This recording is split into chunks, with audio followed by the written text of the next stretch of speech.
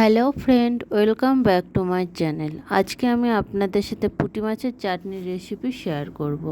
পুঁটি মাছে আমি লবণ হলুদ মাখিয়ে নিয়েছি আর কড়াইতে সর্ষে তেল দিয়ে তেলটা গরম হলে আমি পুঁটি মাছগুলো দিয়ে মাছগুলো আমি বেশ কড়া করে ভেজে তুলে নেব।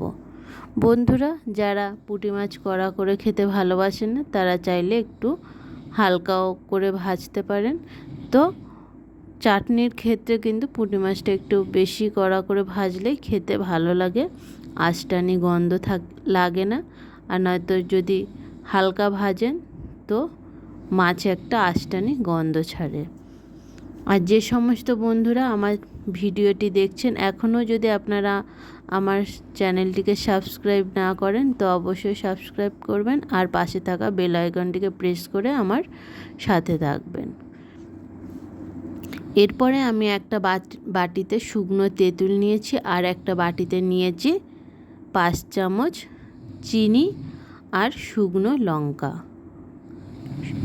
এরপরে বন্ধুরা আমি এক বাটিতে একটু সামান্য জল দিয়ে তেঁতুলটা ভালো করে চটকে নিয়ে তেঁতুলের কাতটা বার করে নেব। আঁটি এবং খোসাটা কিন্তু আমরা ফেলে দেব। খুব ভালো করে চটকে নেব তেঁতুলটা।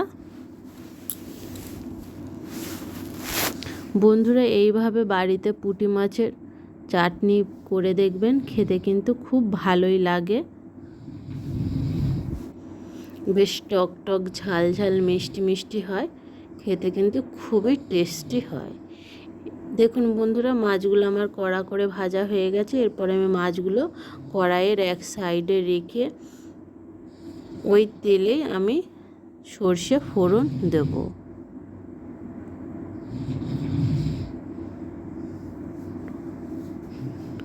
আপনারা চাইলে 5 ফোড়ন দিতে পারেন।